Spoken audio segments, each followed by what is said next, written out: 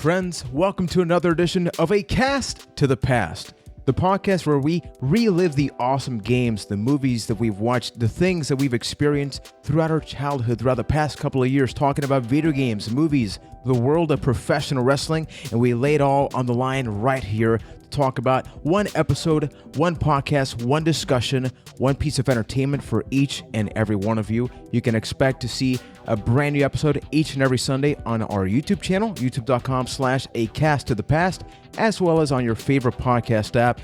Every 2 weeks, we put out the big episodes, the big meaty episodes, such as this one, because I think that everybody's going to be very excited to hear us talk about Grand Theft Auto 3. And in the weeks between, we have side conversations, which, as we close down the year, we're talking about the top things, some of our favorite things of 2018. My name is Juan Velez. I am from Puerto Rico. Joining me, as always, we have Ryan McNulty from Boston, Massachusetts, Keith Poshik from London, Ontario. And I think that this may be the biggest episode or the biggest topic that we've had in the history of the podcast, because we did talk about The Matrix, the 1999 movie, obviously a revolutionary movie, but the three of us are gamers. The three of us love the topic of video games and the evolvement, I guess, of video games. And you can't talk about that without covering GTA 3, right? I mean, absolutely. It's one of the most influential games, especially in the world of 3D video games. And yeah, when you say biggest, it's definitely the biggest game we covered. The previous game we covered was A Link to the Past, which is a game some people can beat in a few hours, whereas Grand Theft Auto 3, there's a lot more going on. There's a lot more depth to it, more kind of pieces to talk about. So I'm very excited. Yeah, I have to agree. It's one of the biggest games ever, period. You can't argue it. Quality-wise, we'll talk about it, but it is one of the most revolutionary games ever. Yeah, without a doubt. And for those who don't know, Grand Theft Auto 3 was originally released on October 22nd, 2001 for the PlayStation 2, and it came out the next year on May 2002 for the PC, which that is the version that Keith and Ryan played, while I stuck to the original PlayStation 2 version, which isn't very beautiful, but we'll get to that eventually. And this game created a lot of controversy upon release because it's an M-rated game, and it is the definition, especially at that point in time. Remember, we're going back to 2001, so think about all of the things after September 11. So, I mean, that really doesn't help the situation. You have high levels of crime, people running over pedestrians, you have ladies doing naughty things to other people. And then this came out just 2 years after Grand Theft Auto 2, which was a top-down view game, and it had a similar structure, but obviously did not have the open-world nature as this game had. So this is the third entry in the series, and it showed the potential of what an open-world game could be. You had the mission-to-mission things that you could do if you just wanted to experience that, but you also had the sandbox type thing, right? If you just want to just drive around, you want to grab a taxi, you want to play good cop, bad cop, you want to grab a tank, turn on a couple of cheat codes, you can do that to gain the police's attention.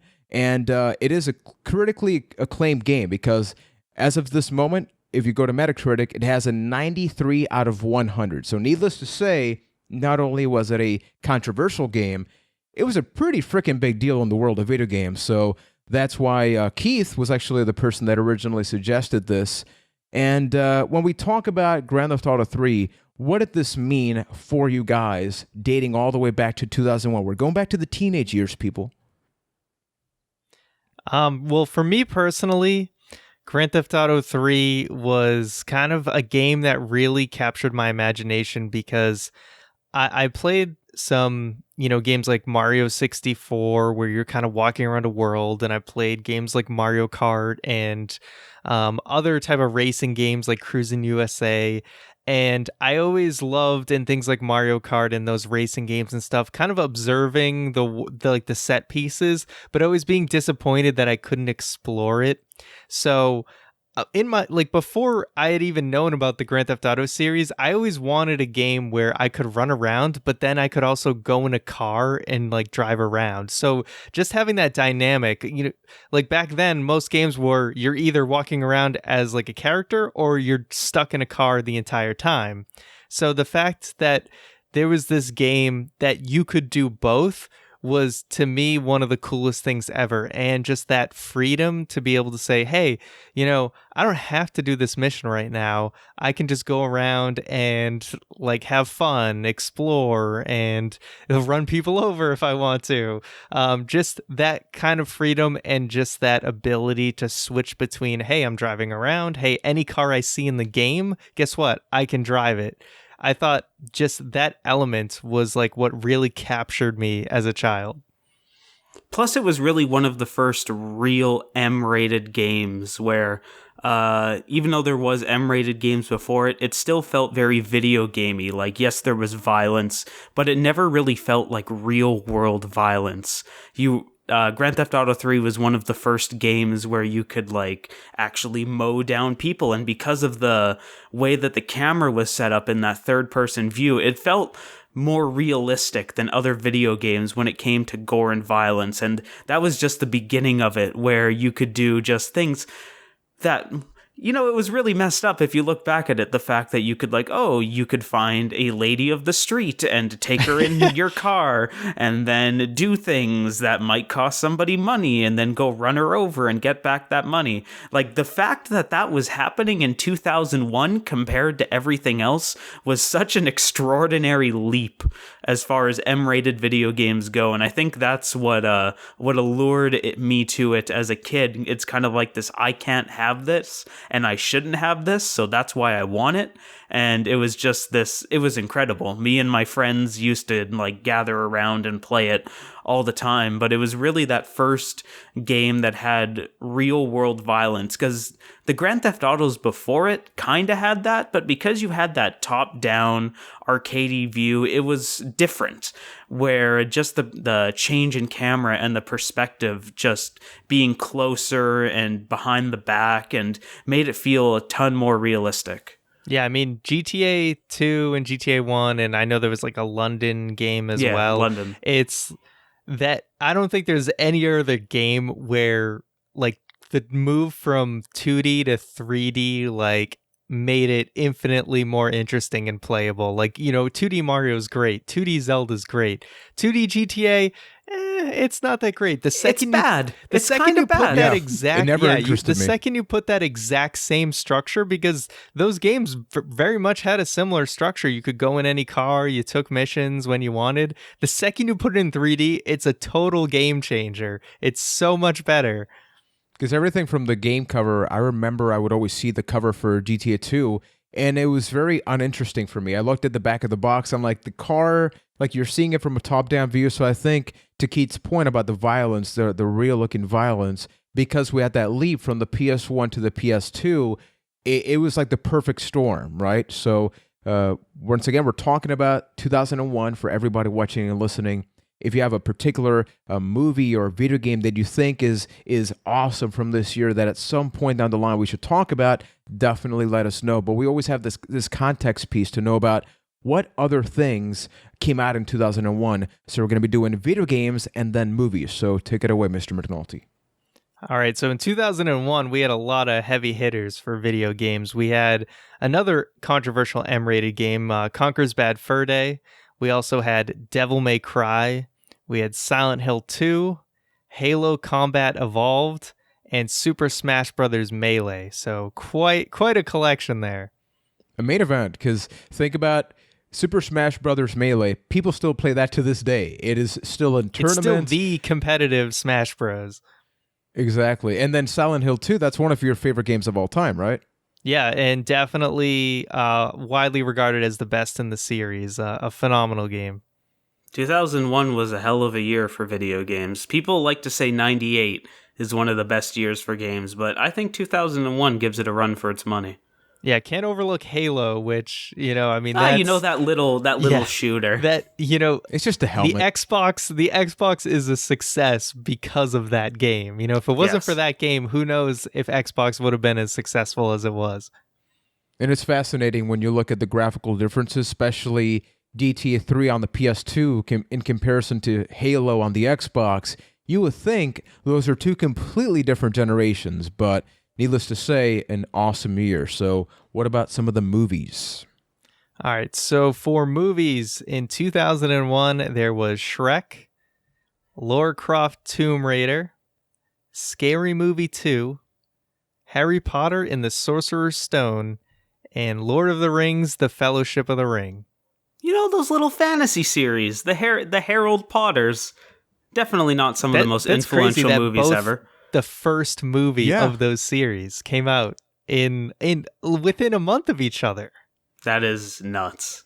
That is insane. That's the Lord of the Rings, The Fellowship of the Ring. I never saw that in the movie theaters, but that was actually my first ever DVD movie that I rented, and it didn't work because DVD players sucked at that point. Not only were they super expensive, if they even had a tiny scratch, they would not work. And you mentioned a movie game because Lara Croft, the Tomb Raider, at the very end of this podcast episode, we're going to be announcing the next movie that we're going to be watching at some point down the line to close out the year.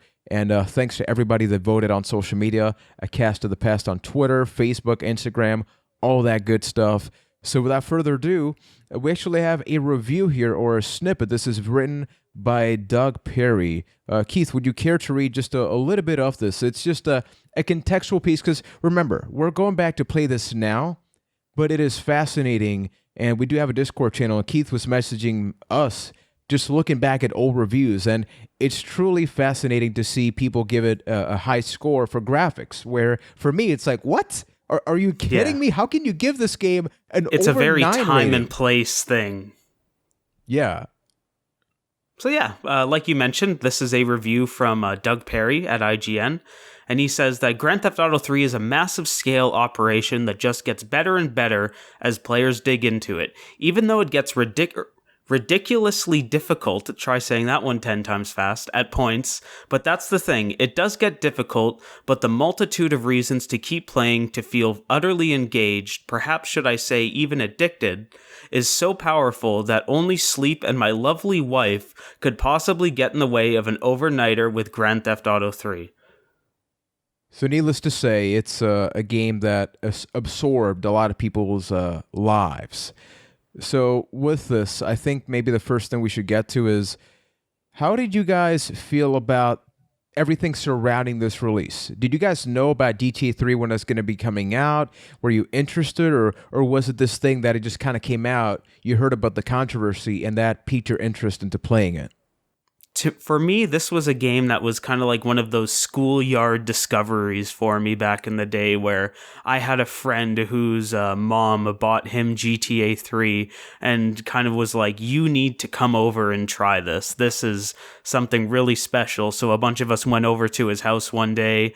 He's like, check this out, put in the tank code, spawned a tank, and just went around the Portland area blowing stuff up. And my little mind was blown like one of those cars getting taken out by a tank. Such an incredible experience. And then it just like was, I need to play more of this, and then would go over to my friend's house every day after school, and then begged and pleaded for PS2 for my parents. And then when I tried to explain to them that there's this game where you beat up hookers and take their money, they're like, absolutely not, you're 11 years old, you can't have this game. And then so it was, I could only play it at friend's house, and would go over to friend's house just to play GTA 3, and I was enthralled by it, even though I sucked at the missions. Like, there was a good point in my life where I would just go and replay the first island over and over and over because I couldn't do some of the later missions. And now that I look back, I was like, wow, you sucked, kid. But I just loved the game so much that I just needed all of it that I could consume. Looking back, I can understand why this game got such good scores at that time, just for how crazy of a leap it was as far as progression of video games go. Yeah, I mean, again, like Keith, this was something that word of mouth I had heard about because, like I said, I knew nothing of the Grand Theft Auto series before this game, but there was a lot of my friends were talking about it. I don't think I had any of the new systems at the time. I didn't have a PS2 yet or a GameCube. So I still had my like N64 and PS1.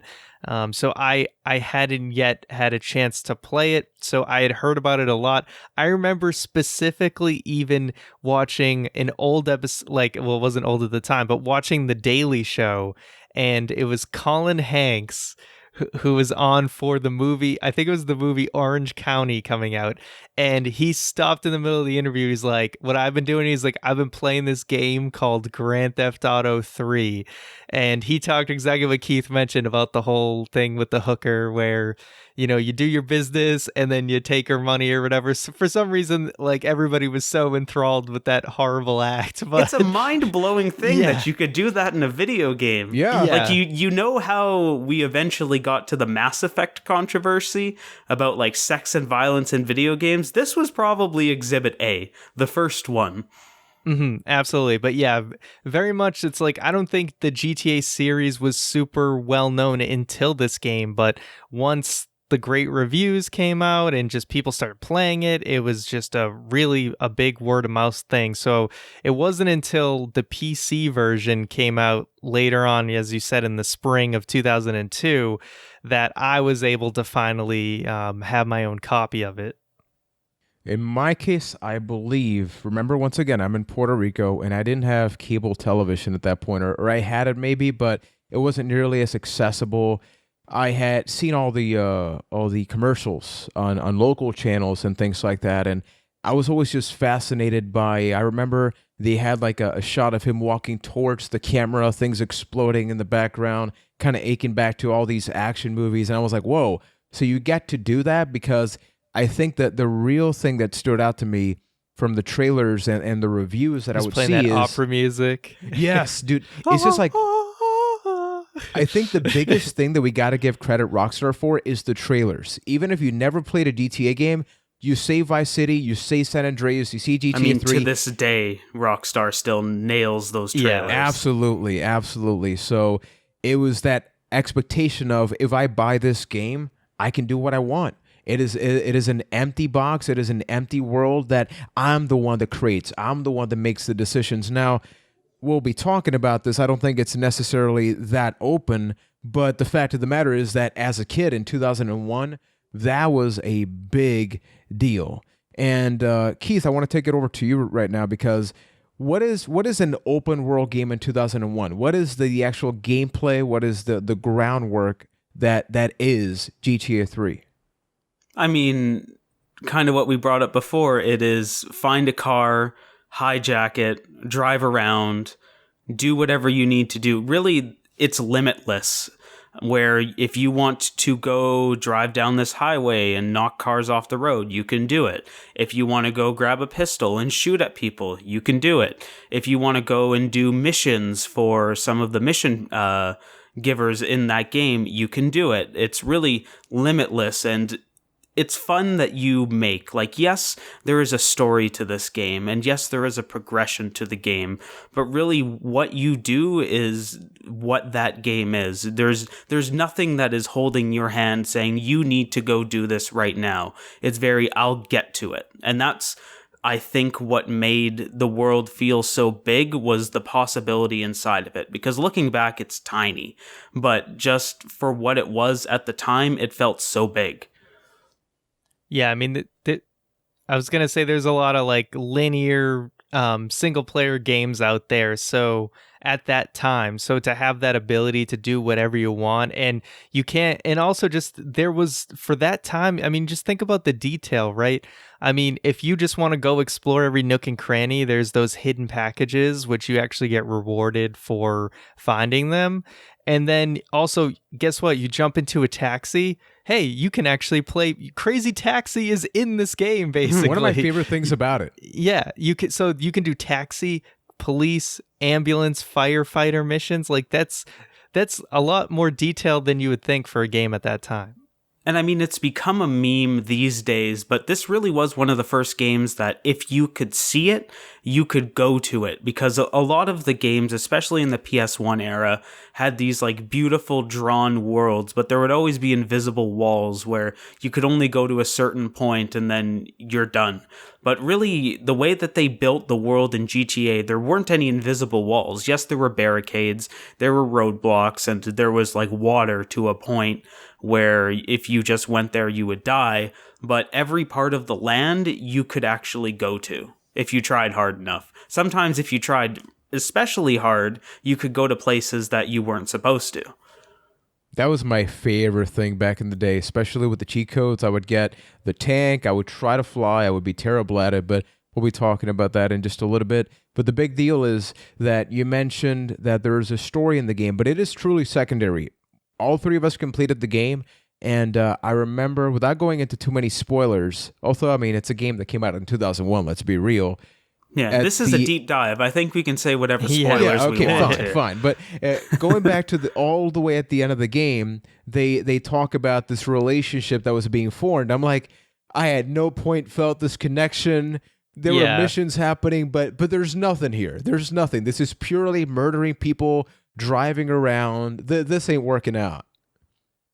So I always just found that funny. But what surprised you going back to this game? You played it back in 2002 in your guys' case, maybe a couple of years ago as well. You've played other GTAs, and up until San Andreas, they all kind of have the same type of a gameplay style. Is there anything that you went going, okay, I'm expecting this, and it kind of took you for surprise?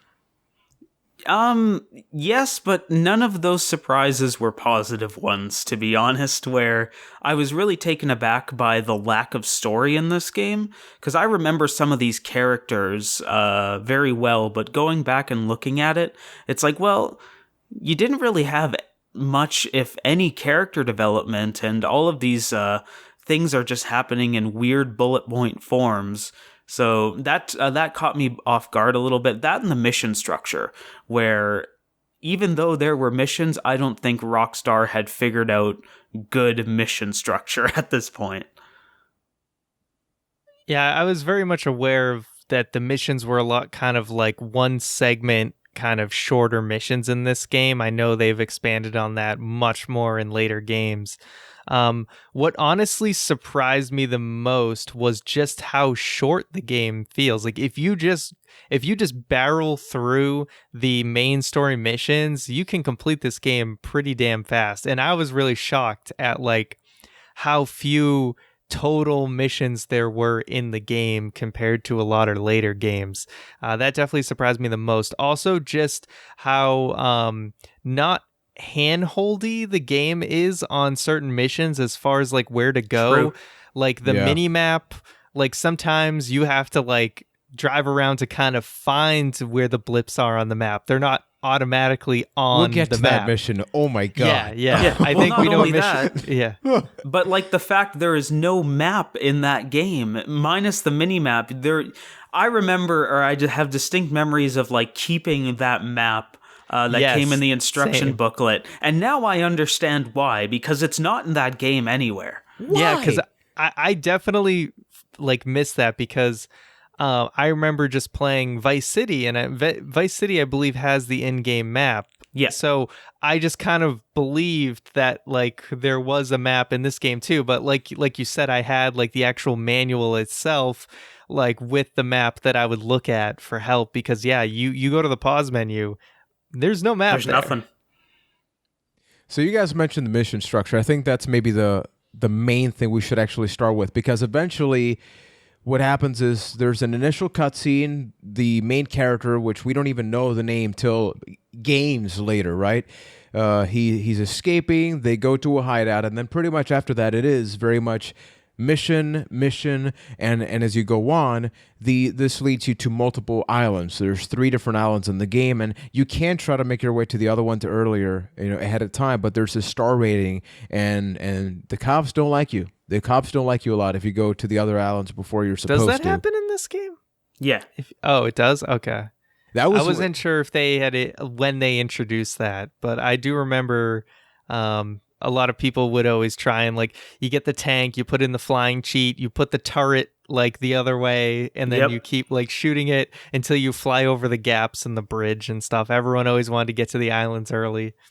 So what was your favorite kind of mission? You have your escort missions, you have your racing missions, which are more side quests. There are some that are shooting oriented. Which did really stuck out to you that you actually went and thought, this is actually good, I like it? For me, I think the ones that just kind of had a memorable moment to it. So a lot of these missions compared to it, like going back, it's like compared to newer games, most of these missions are not fun in comparison to a lot of the newer games. But there are ones that I appreciate. I think some memorable ones, I think most of them are kind of like the first island stuff. Like there's the one dead skunk in the trunk. The fact that when you go and pick up the car, you're supposed to take it to the crusher because there's a body in the back. Well, when the rest of the Farrelly brothers or whatever are angry at you, they start ramming your car, and eventually most of the time the back lid of like your trunk is gonna like fly off and you're actually gonna see the body like in the car. So that's a nice little thing that, nice little detail that I feel like makes a mission memorable. Another one is there's the guy who's like eating at St. Mark's Bistro, and you have to take his car, put a bomb in it, and then drive it back without damaging it so that when he goes back in, he blows up. So it's one of those things where it's kind of has like the funny moment that goes along with it. Those are the ones I appreciate, because most of the time, a lot of these missions can be very annoying and frustrating. Absolutely, especially anything that has a timer, a ridiculously strict timer associated with it. Some of that stuff got very frustrated, but I have to agree with Ryan where it's more the moments in the mission than the actual mission type themselves. Like that mission for Kenji where you break a guy out of a prison cell and you have to like blow up the back of the police station and then all of a sudden there's a hole in the world. That one's pretty good. Even though it's on the more difficult side, I really enjoyed the mission Grand Theft Aero near the end of the game where you start off at the airport, then you have to fight your way back to the construction site. And it's a nice mix of like gunplay and driving, because in my opinion, the missions that are just those two things individually are some of the weakest missions in the game, where you're just shooting people or just driving around. But when you blend them both together, it actually creates a pretty fun experience because you're getting a nice mix of everything that you can do in the game. One of my favorite things about it is you get a lot of missions where it's basically kill this person. I forget the name, but there's one of the missions where you got to get a guy out of the casino, you start chasing him, and then the first time I fail, but I thought to myself, wait a minute, so he drives down this path. What if I block the path off with cars? Does the AI react any differently? So I just grab my bazooka, the guy starts driving off, and in like 2 seconds, I actually blow his car up. So when you talk about open world and sandbox, I think it's our instinct to do the obvious thing. There was another mission where you got to steal a car and then you got to blow it up, and then a bunch of people come over and then you got to kill all of them, right? So the obvious thing is, well, you shoot everybody, but you die in like 3 hits in this game. So I just got the biggest freaking vehicle I could and I parked it outside, and then I did that. So the moment everybody just showed up, I beat the mission in like 3 seconds. So throughout the rest of the game, I challenge myself to think outside the box. The game wants me to do this. How can I do that just a little bit differently to see if it works? And most of the times it did.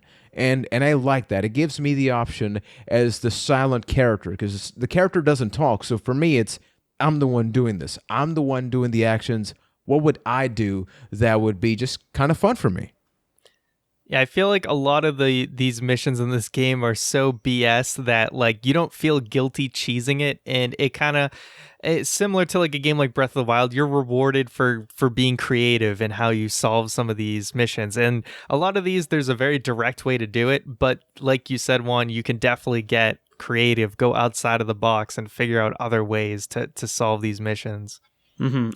People might not agree with this, but I feel like this game is built with cheats in mind, especially like the weapons cheats and stuff like that, where you can just kind of screw around. Like, oh, okay, I'm having trouble with this mission. I'm seeing Ryan's face right now.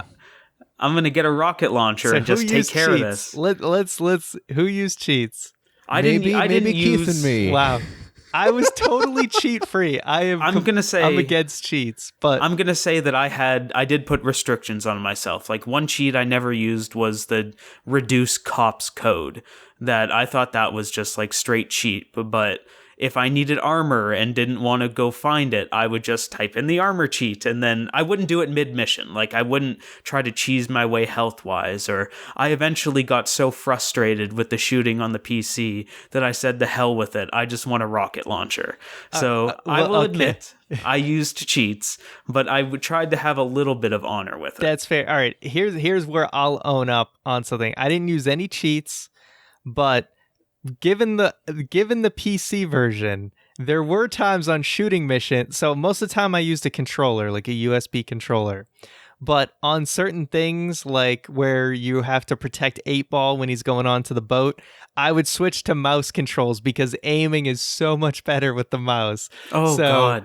Those were times where I did switch to mouse controls. So I guess I didn't feel guilty at all though, because my like USB controller, it would like aim and it would move over like way too far, and I could never like perfectly aim it. So it was like impossible. So anything like that, like any sniper type mission, I would use the mouse controls. So I do want to say before we move away from missions that we should mention what missions were we stuck on back in the day and which ones were we stuck on this time around?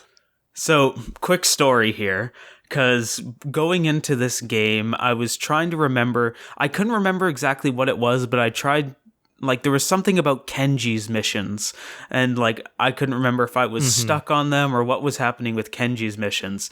So I finally did them, and, like, oh, this isn't that bad. What the hell was I on about? Then all of a sudden I realized later on in the game that, oh, you don't actually have to do them. Like, you could just skip in Kenji's entire storyline. So really? I felt you only have to do the first couple, and then you go to that Donald Love mission where you kill Kenji, and then you can just skip that entire thing. Oh, wow.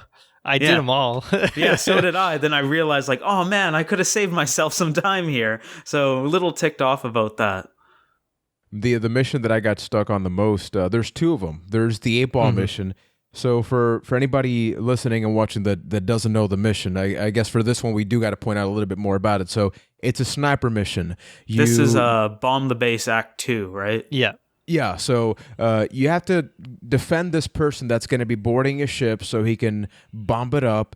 You grab a sniper rifle and you got to go to a pretty good spot. The problem is the moment that you start killing the first enemy, the guy automatically starts walking forward, even if there are enemies, which is like, dude, what the hell? Can you not wait 5 minutes for me to kill everybody? You have to do that? So I failed possibly 7 times. Remember, I'm using the controller and then with the D-pad, because the analog stick is inverted, but the D-pad is not. I don't know why, but both are different. So the problem is I kept going back and forth, and I would always be missing the guy's head. I see mission failed, and here's the thing. This little video game does not have a mission retry button. Nope. Why? That is beyond me. So it's not even the mission that annoyed me. It's the process of, well, let me get a car again. I got to drive here, and then I got to go here, and I die again. I would literally almost throw the controller. I just shut the game off for a couple days. I went back. And then the other one, and I think we can all agree, the espresso mission. This is torture in a video game. So for Honestly, this mission, what? I didn't have that hard of a time with it. What? Come on. It was easy. That was an infamous mission for me. So back in the day, there was 2 missions that I was stuck on for forever. They were Payday for Ray, and they were Espresso to Go. So Payday for Ray, it was because I couldn't find that like second or third telephone ever, because you'd go down that like there was like a kind of a downslope, and you'd go down there and you're under a bridge and you're looking for the phone, but no, it's up above around. Yep. So that tripped me up for the longest time for whatever reason. So I was stuck on that for forever. I actually went on to beat Vice City before I ever beat Grand Theft Auto 3. So I finally came back. So after I beat that, then it was Espresso to Go, where there are these coffee stands that are fronts for drugs, and they are on all 3 islands. And at this point in the game, there's like 2 gangs on the first island that hate your ass. Like, and the mafia, they got shotguns, so they will blow your ass up if you're too close to them. So that mission I was stuck on for forever. I felt so accomplished that I just barely beat it on my first try this time around. I was like so proud of myself. I was so proud of myself I because didn't beat it on my first try. When we announced that we were going to do this game, my immediate thought was, oh God, espresso to go. I know I have to do that mission. I'm with Juan, where I had a lot of trouble with Bomb the Base Act 2, so much so that it actually made me change control schemes, because I started the game off. Yep, I started the game off using an Xbox One controller. I had to mod the PC version to get it working properly, but it was just so imprecise that I'm like, you know what, I don't want to use this controller anymore. So I switched to mouse and keyboard and played the rest of the game entirely with that. That was probably the mission that I struggled most on, because it was mostly fighting against the controller. But then came the mission Sam at the end of the game, where I got screwed by the game. I almost rage quit this game at that point, because it gives you a very, very, very fine window to go try and take out that airplane. I figured out, like, oh, okay, you have to go, like, the easiest way to do it is to go to the airport and try and catch it on the runway and blow it up there. Well, I was just driving along, going to the airport. Then all of a sudden, when I get to the bridge to get to Staten Island, ding, ding, ding, ding, ding, ding, ding, ding, ding, the bridge starts going up. And here I am with like a minute and a half before the damn plane lands, because they give you no time on that mission. It's just sitting there. There's no way to get around it. And I just have to wait for that damn bridge to come down. And I ended up failing the mission for it. And oh God, I was so mad. I almost threw this game in the garbage. That happened to me in the other mission, the escort mission, where you got to take the guy to the airport, where you have to go through the subway, which is ridiculous, because I just be driving around just asking, like, okay, so I'm assuming if I got to take him there, they opened up something, because in this mission you got to take the person to the airport, but you can't take the bridge. So I was wedging my car into the subway thinking, who programmed this level? Because the thing is, you want the car to not blow up. The car, the first time, I may have that recorded, it literally blew up in front of the airport. I slightly tapped a police car. It set on fire. I left the car, but it killed the guy. And so wait, I you was took just the subway yelling. as in like the underground the underground route. The train or the tunnel underground? Yeah, the tunnel. Okay, like the highway tunnel underground. Wait, the highway tunnel under... Because there's a tunnel There's like a underground tunnel. that connects all Yeah, three that's islands. the underground Okay, because one. you say subway, I'm thinking like the train subway, like an actual train. You didn't Well, take I mean, that, it's did you? where the train tracks go? Wait. No, So because there's did you no... take What a I'm thinking tunnel- of, there's no train tracks there. Yeah, there's like, like an underground like highway. There's an underground highway in this game. I went past trains. There is an underground highway in this game, dude. I'm going to say that this one's on you. We'll let people be the judge. I have video footage of me doing this mission. On the bridge, when between Shoreside Vale and Staten Island, there's the bridge you go up, right? Well, Yeah. like if you're on Shoreside going back, right? There's a bridge there. And then on both sides there's these tunnels. No. It's an underground highway. No, I didn't use that. I used the train. Oh my God! No wonder why yeah. Espresso to go killed you, because Yeah. that tunnel helps a lot. That's how really you can get does. from Portland to Shoreside very quickly. Oh. Because I used that and ended up having like 3 minutes to spare in that mission. So I was kind of sitting there wondering, like, oh, I wonder why these guys had such a problem with it, just because I had so much extra time with it. That's the cool thing about it, though, because Yeah. for me, I didn't know there was another option. To me, like, that was the thing. So I had no point the moment I identified that. It's just, well, I guess I got to get good at it. Yeah, that's tough. That made it a lot harder, I'll say. I'm with Keith though. Sam was a mission that tripped me up, but I was always taking the boat, because they do have a boat on the map for that Sam mission. Yeah. You take a boat over to exactly where the runway is at the airport. But what always tripped me up was I'd take out the cartel. I would shoot the plane every single time, collect all the stuff, but then you have to like basically get the cops off your ass like the rest of the way back. So before I was like, okay, I'll just go in the boat right away and just head back. But the helicopter will like shoot the hell out of your boat and it blow it up if you're not fast enough. So then I was like, okay, fine, I'll grab a cartel car and I'll go the long way. And then I got super close and my car blew up. So eventually I did, I think, actually take the boat back and like was able to dodge the helicopter fire and then grab a car, get to the pay and spray. Even though I was like really close to where you turn to the mission, I wasn't taking any chances. I was going right to that pay and spray. So that was the one that took me the most tries like for this playthrough. Mm-hmm.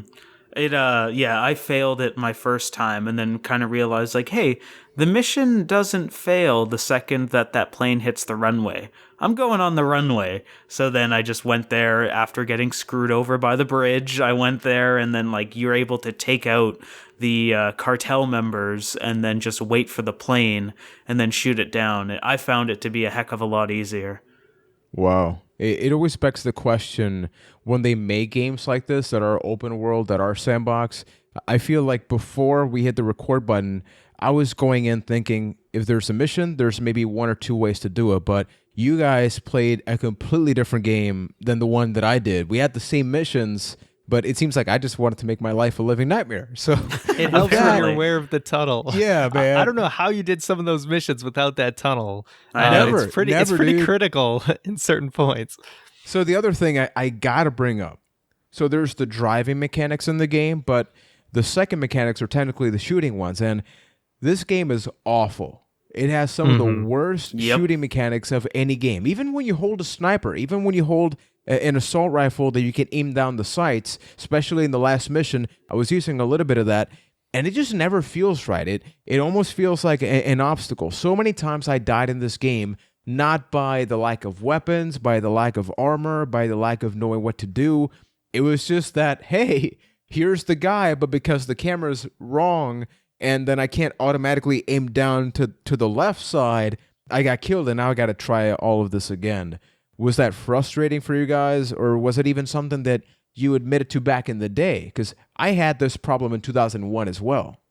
It is the reason why I chose the PC version of this game, because I remembered that you have full motion with shooting, and you don't have to worry about that auto-target thing that the game does, because I remember that being not good at all, and you just reinforce that belief. But even then, on the PC version, there are really weird limitations on the shooting in the game I don't know exactly how to describe it, so I'll try my best, but it feels like even though you can shoot in any direction at any time, there's a giant invisible box around your character that you can only shoot as far as it would let you target with that snap-on thing. So even though a guy is in the middle of your reticule with every gun but the M16, if he's out of that invisible box, your bullets won't do any damage to him. Mm-hmm. So it gets really frustrating with the later game guns because you can't move and shoot with anything but the Uzi. So if you're trying to shoot a guy that's just a little bit out of that box, you have to stop, shoot, move again, stop, shoot, then all of a sudden you're dead. The only thing that really works is the M16, because it feels like because it was built for first person, on the console they don't have that invisible box limitation on it. Especially if you do the right-click aiming, you can just wreck everything, because that's what I was doing on the final mission. The aiming's terrible. I was bouncing between the auto aim standard controller and the mouse controls when it kind of suited. If it was just kind of some easy shooting, it wasn't anything crazy like cartel members all gas to the gills on with guns and stuff. I would go to mouse controls, but yeah, controller for everything else. But man, is it terrible. We talk about that mission, Grand Theft Aero, that the way they designed that with the shooting mechanic in that game is just utter BS, because you turn a corner and you're just dead, because you don't have enough time to aim and stuff. It wasn't until Grand Theft Auto 4 that they finally implemented the whole cover system thing, which thank God they did, because man. But I mean, even Vice City and San Andreas vastly improved to like being able to target easier. Yeah. This game, it's just absolutely brutal. And yeah, that mission, Grand Theft Aero and the construction park, is like the prime example of how terrible it was. You can kind of sneak around by like going up some of the buildings a little bit, and there's some armor and there's some guns up there to help you. But there's still a few people. I was literally tossing grenades over the top to try and take some of these guys out, or I had a van that I would drive up like the hill of where the sand is or whatever. I would literally jump up on top of the van and try and snipe some of the guys that I could see. So it was just like any corners you could cut to help you out at that mission, because it's brutal.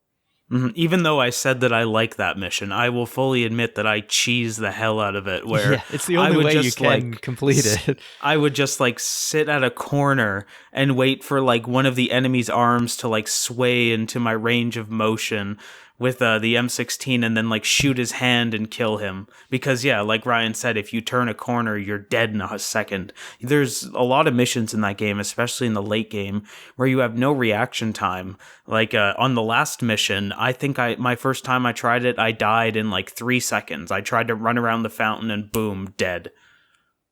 I think that it scales dramatically, not just with the shooting mechanics, but even with the driving, because I feel that the police, when you get 2 stars, they're like, dude, I don't care if I die trying to capture you. And a couple of times, I streamed this on Twitch, and I had to be yelling like, dude, what the hell? This doesn't seem human. You know, the fact that you can have armor. There was one point, and it was in that mission, the construction site where Asuka is, where I had 100 armor, 100 health. I'm like, I got this, man. I got my assault rifle. What? I'm dead, and I don't even know who killed me. And it's purely because of the shooting mechanics. It's the actual camera angle, which is fascinating, right? Because think about that. Mechanically speaking, the 3 of us used the same type of thing. A controller with 2 analog sticks with more or less the same amount of buttons. So GTA 5 and GTA 3 are capable of the exact same type of gameplay, which reminds you this is 2001. It's not up until Call of Duty Modern Warfare a couple of years later. It's not up until Halo in this same year, 2001, where games sort of really adapted proper movement and then the camera angle. And then I mentioned the shooting mechanic. Talk to me a little bit about the driving, because I know that changes dramatically if you're using a taxi, if you're using the Banshee, if you're using the tank. How did you guys feel about that? I mean, does it change that much? Because I felt like the weight of all the cars was they're all just paper. Yeah, I forgot how ridiculous. I mean, it's built in a way that it's easy to make turns and stuff like that. But my God, the fact that if your car flips over, that it instantly goes on fire and blows up really screws you over. Because I think later games, they kind of gave you a little bit more control of like, oh, you flipped over, you can kind of like will it back over the other way. Mm-hmm. But this, it's like, oh, there's this little like barricade thing on the ground. You hit it, your car just does like 70 flips, and you're like, what the hell just happened? Like every car, and it didn't matter if I was in a van. And like a lot of times I ended up driving those stupid Blista like soccer mom vans because they were just there. And like some other like car, just some random like station wagon would hit me and I would flip, and it's just like it didn't really respect the weights of the cars a lot of times. Respect the weight, Ryan. Respect the weight. No, they all felt like you were just hanging on for dear life at any given moment. Just ride that handbrake as much as you can. I probably, like, if there was a count, I probably tapped the handbrake button somewhere around 10,000 times during my playthrough in that, because I would, like, basically be going at full speed and just, like, tap, tap, tap, tap, and hope to God I made it around that corner. And all of the cars felt like that. It didn't matter if you were driving a Ballista soccer mom van or a Ferrari or the Cheetah or whatever they call it. Everything kind of felt the same. It was just a matter of how fast you were going versus how durable you were. Except for the exception of the ambulance, where a gust of wind could blow that thing over, it felt like. But hey, you got the health. You got health if you went in it. the True. first time at least. Because I didn't get any health upgrades, because I totally forgot until like I was just about done with the game that hidden packages is how you get items at your base. Were there health upgrades in that?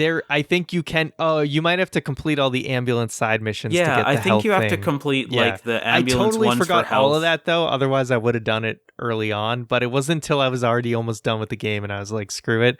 But I was like trying to be clever. I was like, you know what? I'm gonna put an ambulance in my garage, so I always have like a free heal. But it only works once. It only works the first time you get the ambulance. So I was so Just go disappointed. to the hospital and get the health. I know. pick That's up. what I ended up always doing because I wasn't cheating or anything like that. So I'd always have to stop at the hospital to get health. Oh, look at you, I fancy pants. And So I totally did I. forgot where aside from the first island, I totally forgot where all the random like health pickups were until like much later. So in the second island, I was always going to the hospital because I forgot where the other ones were. I struggled with that and police stars, where by the end of the game I knew exactly where every like decrease wanted level star was, but it got rough at the early stages there. Yeah, there's some missions where I forgot that you can just paint the car, to have that sort of go away. Just some basic mechanics that were super obvious to me back in the day, but it's not up until I realized, oh, I can go in here and repair my car. I can change the color, and that changes things a little bit. Something that I feel we got to get to as well is just how the game looks, because I mentioned it at the beginning of the show. If you look at Halo Combat Evolved, that came out on the Xbox same year, and the game holds up. I mean, yeah, there's like remasters for that. There's remasters for everything now, but even the original one looks good. In contrast, I remember 2001, I saw the trailer, which I mentioned, but at no point did I went, oh, man, that Grand Theft Auto 3, those eyebrows, the eyebrows in this game. I feel like we could do a podcast episode on just character eyebrows, because they're like Wario and Waluigi's mustache. If they became eyebrows, that's what that is in this game. And For me, it's always the mittens. All yeah. the hands. Holy Everybody's crap. got the mittens. I couldn't help but laugh at that last mission cutscene where it's the slow motion punch with the mitten hand.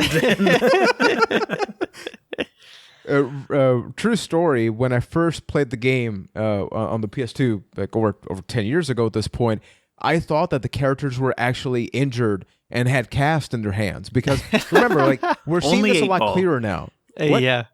Only 8-ball. Yeah, only 8-ball. But remember, we're playing this on LCD TVs, but because you had it with CRT TVs, it didn't look as clean and clear. But now that you see it, it's like, dude, holy crap. And it's fascinating that in 2018, the Grand Theft Auto games are sometimes a staple or a benchmark for graphics, especially with GTA 5, came out on PS3, came out on PS4, came out on PC. There's mods, but you look at where everything kind of began when it came to 3D games, and it's like, oh man, did that really hamper your experience? Because I feel the game as a whole, it's really dark, and maybe it's a stylistic choice, but I feel it's kind of uninspiring, because I feel that it tried to be realistic in a time when graphics were not really capable of that.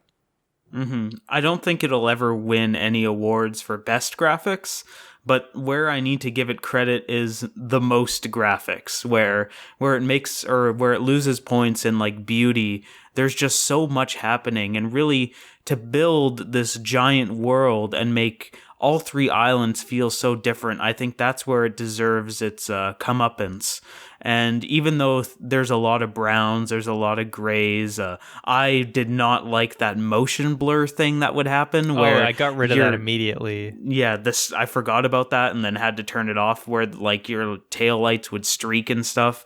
That was, I don't know who thought that was a good idea, but just the fact that there was so much crammed in there, I think is worth it. And really, all the islands feel different. That's the thing that I would give compliments to the graphics about the most, where all three islands have their distinct feel, especially Staten Island. That would be my favorite one, or Staunton, or whatever their weird name for it was. Yeah. It just feels so much like Midtown New York. And in 2001, I think that's impressive. Like, yes, Halo looks way better than Grand Theft Auto could ever dream of, Grand Theft Auto 3.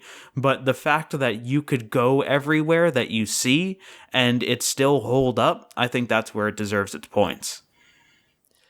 Yeah, I don't think the graphics were ever something like, I mean, some people did praise the graphics, but I don't think they were ever the top. Like, they were not the game with the best graphics at the time. As you said, there were games like Halo, and I think like even the Metal Gear Solids at that time had like way better graphics.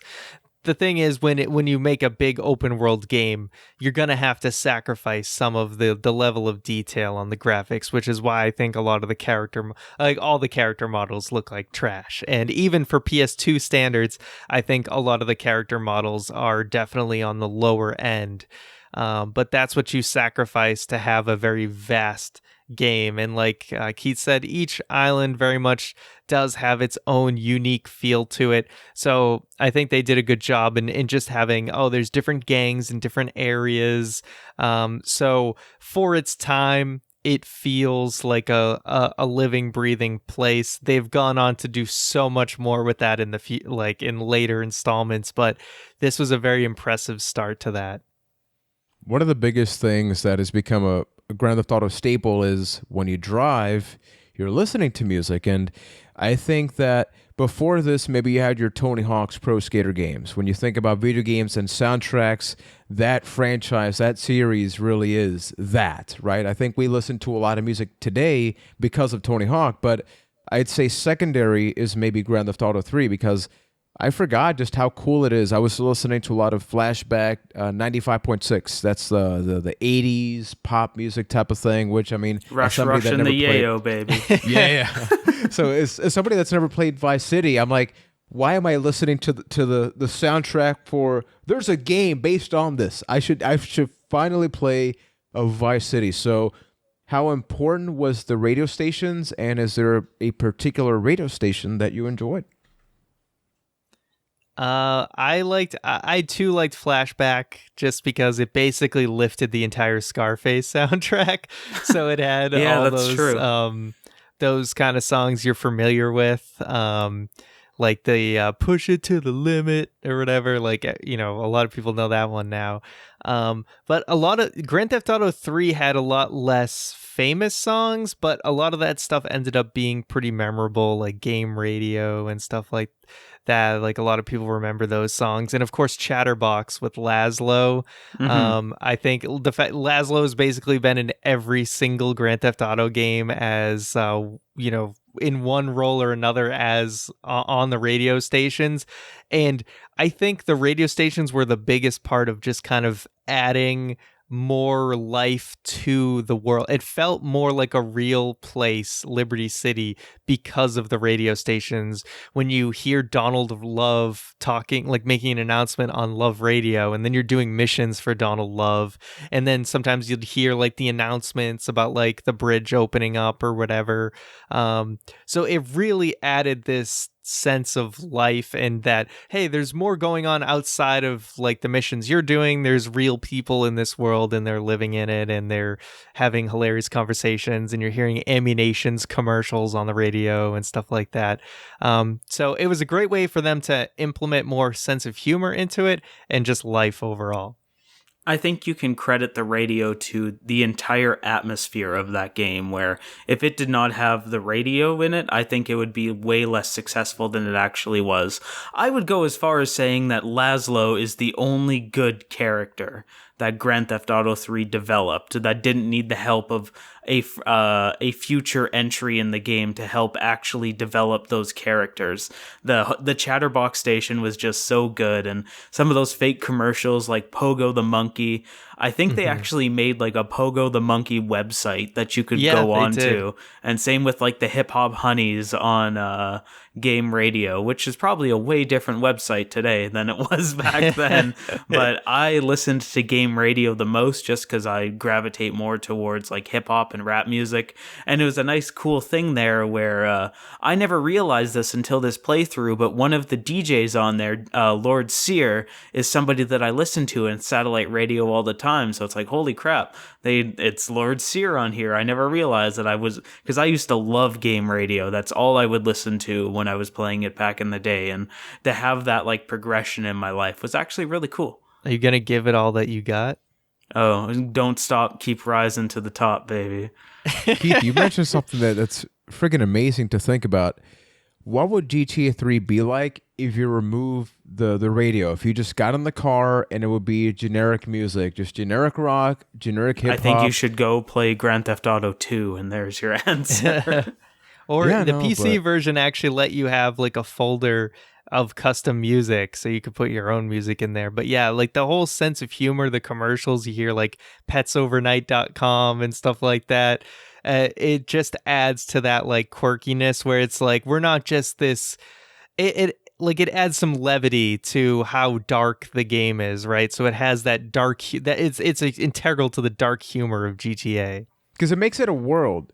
Even the worst day possible, somebody's laughing, right? And I think that when we talk about video games, sometimes we focus on literally what you're doing with your controller, as in you're driving, right? But what are you doing when you're driving? You don't notice it. You take it for granted, right? You take the radio stations for granted, but think about most of the conversations related to Grand Theft Auto. I think most of them are not about the missions or not about the characters. They're about, oh, I remember when I got in this car and I listened to this radio station. So the things that you don't necessarily do in the game are just as important as every little other detail. So just wanted to sort of bring that up a little bit.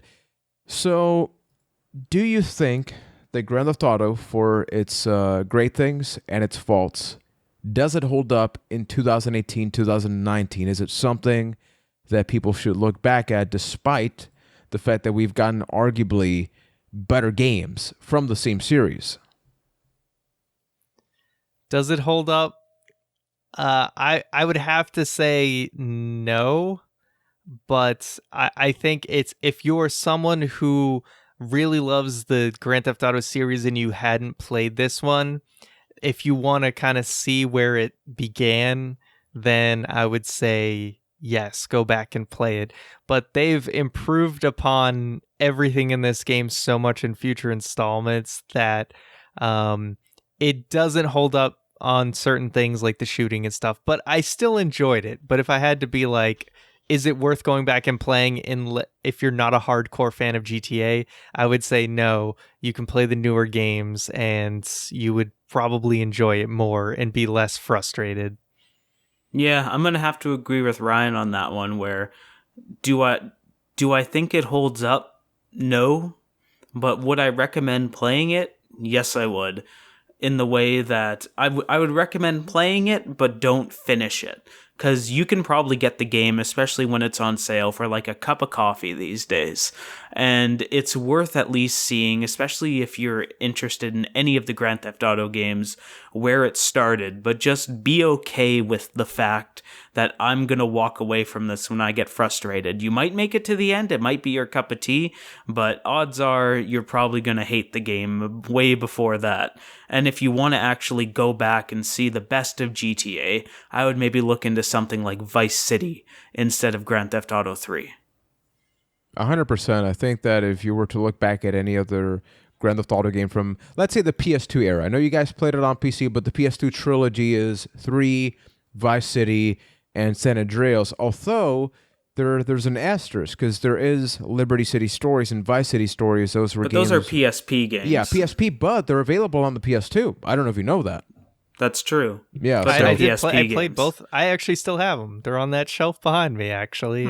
Both Quick Liberty thoughts about City Liberty Stories. City Stories. I never played it. Does it tie it in? Does it have a lot to do with you play as Tony Cipriani, I think is his name is, who was the guy you did missions for in this game.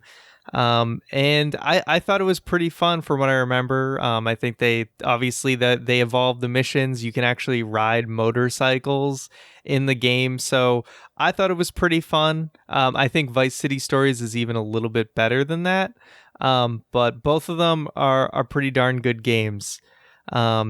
So there's two things, if I may, bring up that I wanted to before we kind of got off of the game completely of Grand Theft Auto 3. Yes. And the first being that, we talked about no map, but I have to say something that is lost in the newer games because they're so vast. I actually really appreciate the fact that by the end of the game, I knew my way around those islands. Like, it felt rewarding to know your way around as opposed to relying on the little GPS thing that just takes you around all these games. I don't know the Grand Theft Auto 5 map that well. I know it a little bit well. I don't really know the GTA 4 map that well, and like Red Dead Redemption, stuff like that. But it really was rewarding to be like, oh, I know where I'm going. Like, I know how to get back to my safe house. I know how to get over to the hospital or whatever. I did actually really appreciate that aspect of actually being able to know my way around. I agree with you near the end of the game, but it created such a huge barrier to entry that going back, I think it makes it hard. Like, yes, games have gotten easier in that regard, but I think that is a step forward, because imagine going back now and trying to navigate your way through it. Like, yes, you figure it out, but there were points in Portland where I was just lost and frustrated, just trying to find those wanted decreasers. And because I didn't have a map, I had no idea where I was going, because at least with a map, you can like stop, look at it, and at least make like a visual reminder to yourself, like, okay, I'm here, I need to get there for it. I'm gonna have to disagree, not for the reasons that you may think, because I played Breath of the Wild, and my favorite thing about it is kind of just here's a world, kind of just go do things. But this game doesn't take advantage of it up until missions like the espresso one. Maybe it's like the last third of the game, because if you think about most missions, unless you're doing the racing ones, most of them are go here and do this. So the actual driving part is irrelevant because it's telling you where to go, right? They could have had a scenario where it's like go here and do multiple tiers. Once again, they did that towards the end of the game. I think if they were able to sort of bring that back to the beginning and have a fluidity to the world, you're absolutely right. Even I'm thinking now, it's like I would go in the second island, I would always make a left, I would always make a right. I had a routine almost. Like my character had a routine, and I don't think that would be there if there was a map. And to your point as well, think about the fact that we're talking about 2001. So let's say they wanted to be up with the times, technologically speaking. It's super normal nowadays to have your Google Map or Wave or anything out, but in 2001, I remember GPSs were the thing that you could rent for your car, and they would be crazy expensive. So it kind of makes sense. Also, I think the fact that you have a mini map and not a big map is kind of like contradictory. You have a pager in this game. There's no way he's going to have a There's GPS. pagers, people. You want to think about how old it let's is. talk. Yeah, exactly. There was a damn pager in this game, although it's only used like very sparingly. Okay, so I'll just say it did feel good for me personally to, like, it felt rewarding just to kind of know my way around, because that's a feeling I basically hadn't felt since Vice City, because even by San Andreas, the map had gotten significantly bigger. Second point, and this is something that followed through into Liberty City Stories 2, is how criminally underutilized Shoreside Vale is in this game. Oh, yes. It's so underutilized. Only one actual mission starts, besides the side mission. Only one actual mission starts on the final island. The rest of them start at Stanton and have you go over to Shoreside.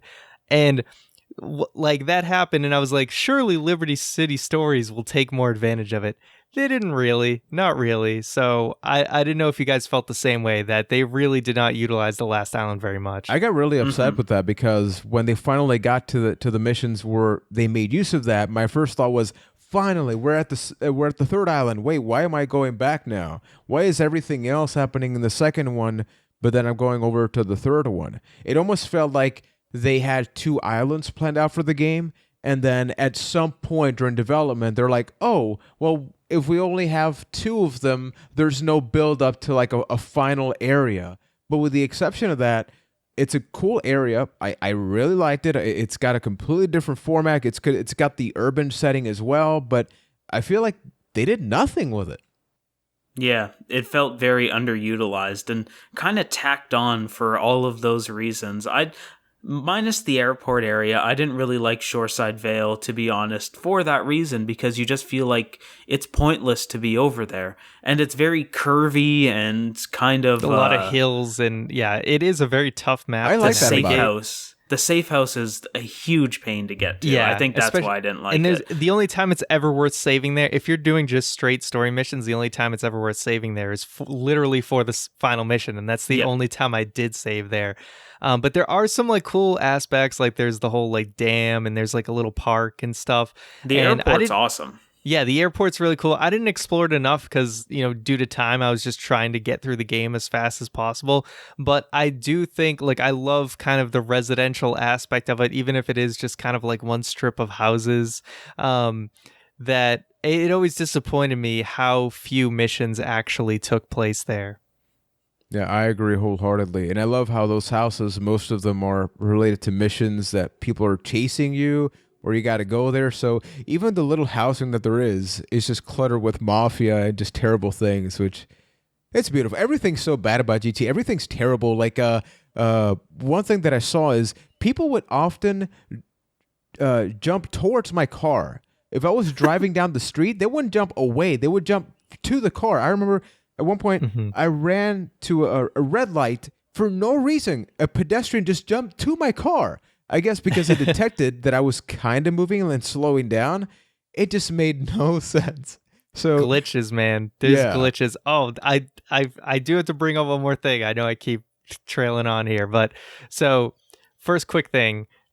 First, I don't know if this is just a PC version, or my computer or whatever. Every time I came out of the Stanton safe house and I like drove straight up, cars would always crash like outside on the street outside my safe house. I never ran into that. Yeah, I don't know why that always happened. But the thing I wanted to bring up that you didn't know about, Juan, was the place called the Ghost Town, which there's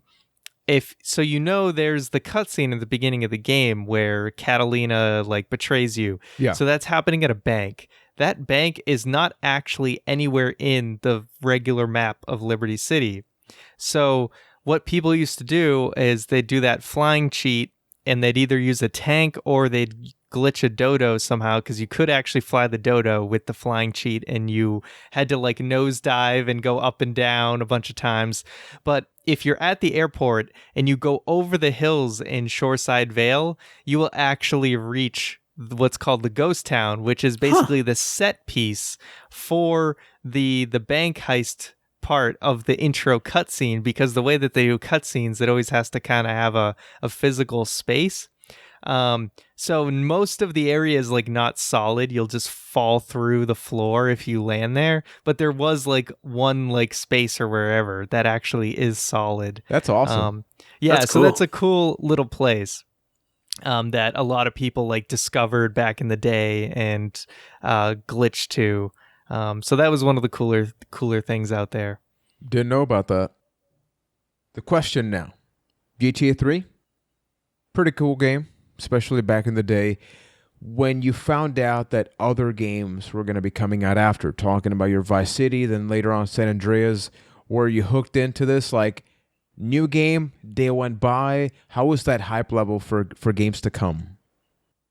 I have played and beaten every single GTA game that's come out since. I would say that GTA is one of my favorite series ever, just because they keep getting better and better and better as they come out. Yeah, I mean, after that game, as Keith said, I'm in. I've played every single one. So yeah, Vice City, San Andreas, the PSP ports to PS2. I guess I never beat Chinatown Wars, but who counts that? Yeah, you're right. I own it though. I own it, but I never got very far. That was a DS game, right?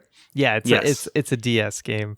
That's the only one. But yeah, I love the series too, very much. And like whenever GTA 6 comes out, I'm getting it.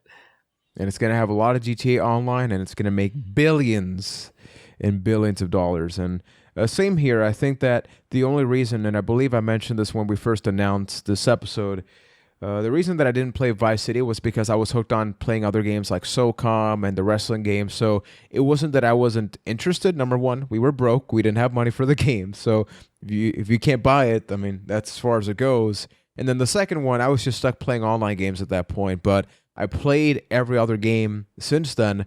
Contrary to Keith, I haven't beaten any of them, but I played them. I've touched the games. Yeah, but you don't beat games. Hey, that's changed. I've completed 8 games changing with this year. podcast. 9. Yeah, I've completed 9 games in 2018, Keith. You are wrong. So there's that. And with that, let's talk about the legacy. I think that the reason why we decided to go with this episode is not just for what GTA 3 is, but what it really brought to the table. Because you think about open world games, and I think it's impossible to not think about any kind of GTA game. We've got games like Saints Row, which Keith and I have played. Saints Row the Third. That's a game I beat, Keith. So, it's true. Saints Row the Third is one of the best games ever made, and we will cover it one day. Oh, we will definitely get to that. Put both of these guys at gunpoint to do it. We will cover Saints Row 3 one day. We'll put Ryan at gunpoint because I'm sold on the idea, but that was an outrageous take on GTA. And we had Red Dead Redemption, especially the first one. Most recently we got the sequel, but the first one, there's a reason why many years later people were still clamoring for a sequel. And here you take the GTA format, but you set it in a Western setting, and then you change a couple of things. You had the Simpsons Hit and Run, which I actually rented that a lot, and it's because, hey, you have an open world Simpsons game, and they allowed you to sort of actually see what the Simpsons world is like. You had to drive around it, right? So they had to add some logic to it. Explore Springfield for the first time in kind of this fully realized map. I didn't play that one enough, so maybe we'll have to try that one someday. No, definitely. We had the Mafia game that came out just a year later.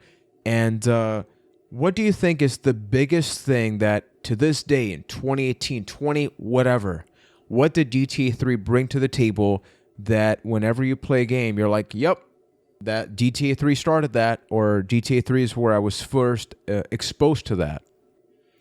It's kind of a dark legacy, but I think the answer to that is M-rated violence, where its biggest legacy is kind of grounding violence in video games and making it more real world, I guess, and not everything has to be crazy over the top. And it led to the games like you mentioned, Mafia and the other GTA games, kind of breaking down those barriers, and not everything has to be this crazy, cartoonish, outlandish scenario. I think the biggest thing they brought is really that formula of kind of seamlessly transitioning from on foot to in vehicle, and just the way that they handled missions of, missions being in physical locations that you went to when you wanted to do them, and do them in sort of whatever order the game allowed you. So you could do missions for the same person over and over again, or maybe it's like, I'll do one of this guy's missions and then I'll do one of this other guy's mission or whatever.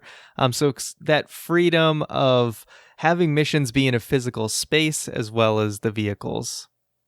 For me, I think the biggest thing that it left is that it was a mainstream game that, as Keith mentioned, it was ultra violent, and I think it transcended gamers because we mentioned at the beginning of the show the fact that this game, from parents to media outlets, everybody was saying, let's ban video games. It wasn't just about M-rated games. It was about banning video games and banning violent games. But it also transcended to the people that, so video games aren't just this cutesy thing, as Keith was mentioning. And it's not the first violent game that we've had, going all the way back to controversial games like Night Trap, Splatterhouse, Mortal Kombat, especially when you could turn on the blood code depending on the console version. So this is not the first time that violence in a video game has happened, but it is the first time that in an upstarting console in a 3D way from a franchise that previously existed, that maybe some people have played, your GTA 1 and 2, you have more of a bigger way of seeing, so this is what violence can look like now. And I think that with Saints Row and everything else, it gives you an idea of what can this look like years later. And we've seen that. Something that this game didn't have that GTA 5 has is you want to play tennis, you go ahead and play your tennis, but you can still do pretty much everything else. With Grand Theft Auto San Andreas, the biggest controversy, and who knows, maybe at some point we'll get to that, High Coffee. It was a mod. It was technically removed from the game, but you could Game Shark it in. So even though there was a lot of controversy in GTA 3 about, realistically, blowjobs, which is what it was, you would think that as a developer, at no point would they attempt to do that. So they went, at some point, they said, you know what? Let's just go all the way. Let's just go all the way. They took it back, but they left the code in. And even that had some implications down the line. Games like God of War showed nudity basically at the beginning of the game, right? In some of them. And I think that if GTA didn't take that big mainstream leap, video games would be very different, especially in the 10 years, the decade that came after GTA. Leisure Suit Larry just couldn't get the job done. No, man. Because even Leisure Suit Larry, say that 5 times in a row, it was naughty, but it was cartoonish. And it could get away with a lot of stuff. Duke Nukem, same thing. It was sprite-based, although it was more realistic. Those sprite boobs, let me tell you. I bet Ryan put in that nude Tomb Raider costume on PC. Ryan seems like a guy that would do that. For what? And there was Tomb one Raider. into. I never even really played a Tomb Raider, to be honest with you. So you didn't have to play the game. Just slow circles. All right, we'll leave it at that. We're going to close down the chapter in GTA 3 personally. I'm pretty happy with how the episode turned out. I'm very happy I got a chance to replay it. Are you guys happy that you relived GTA 3? Because we talked about whether it held up or not, but were you happy you got your hands on it again? Yes. Beating Espresso to go in one try, totally worth it. No, it was a ton of fun just to go through and just like it had been so long since I'd played it, just to feel like, oh man, how things have really changed since this game. Grand Theft Auto Vice City is one of my favorite games ever, and playing this made me appreciate it more, just how much of a leap it is between GTA 3 and Vice City, and I appreciate it for that reason, and I was happy to go back. And if I never have to play some of those missions again, I'll be perfectly okay with that. Because some of those... I am happy Rockstar figured out that, hey, maybe putting ridiculous timers on missions isn't good gameplay. Unless it's an RC vehicle. Ugh, those missions were garbage, too. Just wait for those in Vice City and San Andreas. They're optional, so yay. I won't touch them. I don't know. What about the RC plane and helicopters? Those are not optional. There were some at the construction site for Avery, but I remember one of them being terrible. The one where you have to like plant the bombs, but whatever. I'll get through it. Eventually. But for everybody watching and listening, the reason that we chose GTA 3, it's because it's an early game for the PS2. It is a revolutionary game. So if there's any video game or movie in particular that you're like, man, I would love to get you guys to talk about that, whether we played them or not, because we are, for the most part, talking about things that we've experienced. Maybe not necessarily completely, but we have. But we're not shy. We're not afraid of venturing into video games and movies that we've not necessarily touched, because there's a bunch of stuff out there. But for what we do have lined up ahead, Mr. McNulty, what are some of the upcoming episodes of A Cast to the Past, my friend? Alrighty, well, we've got Home Alone coming up December 16th, coming in right before the holidays. On December 23rd, it's going to be my opportunity to do a top 3. Then Top 3 what, Ryan? Top 3 picks of 2018. Sorry. It's been a long conversation. Apparently my brain is fried. I'm going to be doing my top 3 picks of 2018. I'm going to pick 3 things. You don't know what? I'm just going to talk about them. It could be a very dark conversation. My top 3... Jesus. Yeah. Gouda coming in at number 2. Underwear brand. Number 3, Hanes. Number 2, Fruit of the Loom. Number 1, it's all about Havarti and Pepper Jack, baby. Those are the best cheeses. Good Let's combo. be real. Smoke Gouda. So on December Jalapeno 30th, Monterey Jack. you guys voted for it. and here's the winner. So this was it was either going to be Mortal Kombat, the movie, Super Mario Brothers, the movie, or Air Bud. And can I get a drum roll? Even though it's probably already up on the screen. Super Mario Brothers. Yahoo! Oh boy, I'm afraid of this one, but we'll be looking at Super Mario Brothers, the movie, December 30th. Oh boy. Oh man, I was so excited. That was my pick. Keith was going with Mortal Kombat. Ryan, for whatever reason, was going with Air Bud. But thanks to all of you sexy beasts out there, as Chris Jericho would say, thank you for everybody that voted on Twitter, A Cast to the Past. And whether you're checking us out on YouTube, thank you. Don't be afraid to hit that subscribe button and comment with suggestions. If you're listening to us on your favorite podcast app, hey, leave a review. Let us know what you think about this. Don't be afraid to send us an email, acasttothepast@gmail.com. We have a couple of things lined up ahead because we talked about the reveal for the movie that we're going to be closing off the year. But Ryan, what's the first video game we'll be covering in 2019? I'm so excited. The first video game of 2019, we're going to be looking at PS1's Resident wait, Ryan, Evil you got to do 2. the voice. You got to do the voice. Yeah, come on. Put your heart in it. Come on. What voice? Go down here. I'm Piccolo now. I don't know why, but Evil. See, I didn't play it. I didn't play this game, so I didn't know the voice. Oof. All right. Resident Evil. Evil 2. That's going to be January 13th. Yeah. Oh, I'm so excited. Oh, it's going to be a good week because it's going to be that and then play the RE2 remake. Yeah, a couple weeks Coincidence later, that yeah. they are happening right beside each other. So excited. One of my favorite games for the PS1 ever. I can't wait to make you guys play Leon A or Claire A. We'll figure that out later. But oh man, Resident Evil 2. Can't wait. Actually, that brings up a good question for everybody that was a big fan of RE2. Let us know, because I did play it, but holy crap! I mean, I haven't touched that game since I was a little Juan. So, which run should we do? And let us know what you guys think about it, because your thoughts, your opinions could possibly be showcased right here on the podcast. So don't be afraid to do that. With that being said, we've talked about Grand Theft Auto 3. We've talked about the upcoming episodes. This episode has come to a close. Don't forget to check out some of our previous ones, including A Link to the Past. We've been talking about WrestleMania 14, The Matrix, Keith's top 3 favorite things of 2018.